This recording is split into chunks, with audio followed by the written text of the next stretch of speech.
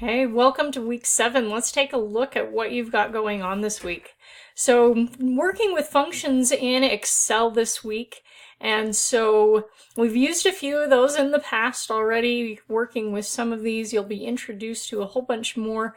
There's kind of a nice list there in your textbook. As you do that reading, you'll find that some different functions you can use, also introducing you to some in the video lesson showing you how those work. And so make sure you go through the textbook, watch the video. That'll be really helpful. Also kind of giving you a mathematical definition, what is a function, and using function notation, and we'll start working with those some more in next week's lesson as well. So let's take a look at your group project for this week, and so involving student loans. And again, this is one where you don't have a quiz that goes along with it, and so I'll be grading just on what you submit in that spreadsheet. So make sure you look through the rubric that's here so that you know what I'll be grading you on. Make sure someone's reporting attendance so that I know who to give those points to. That'll be really important. But let's take a look at the spreadsheet for this one. And so we've got this situation with Jordan, who has 6 semesters left to graduate, and he's trying to decide on some different student loan options. And so that's what you'll be working through here, identifying variables and assumptions. And then it gives you some information about some loans he could take out. And so he has an option. He could take out just enough to cover his expenses, or he could take out full amount of loan and have some extra. And so you're going to, over here, enter in that information for each of these loans and build these amortization tables. And so notice in the hint here it does say you need to extend those tables far enough so that you match the number of months for the loans. And so make sure each of those get extended for as far as they need to match the number of months for each loan there. And then you'll be answering some questions based on your calculations there. You'll answer some questions over here.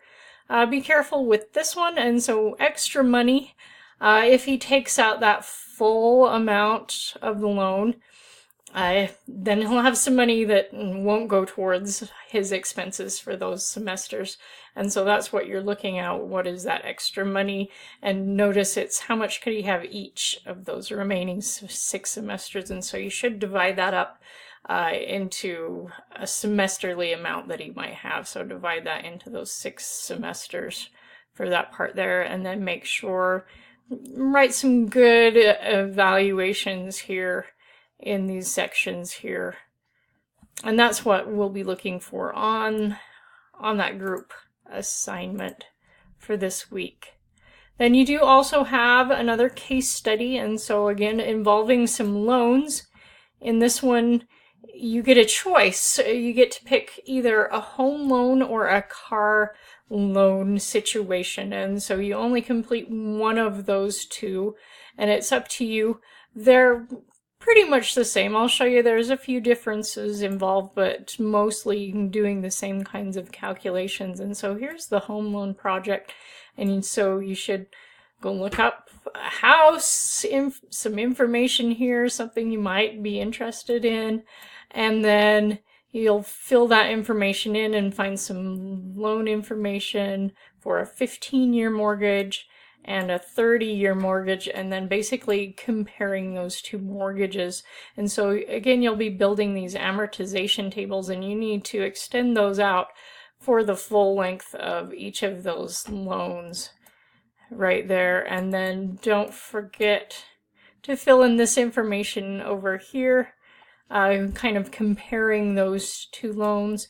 And then you should be discussing this with a friend or a family member, and so make sure you fill in that information.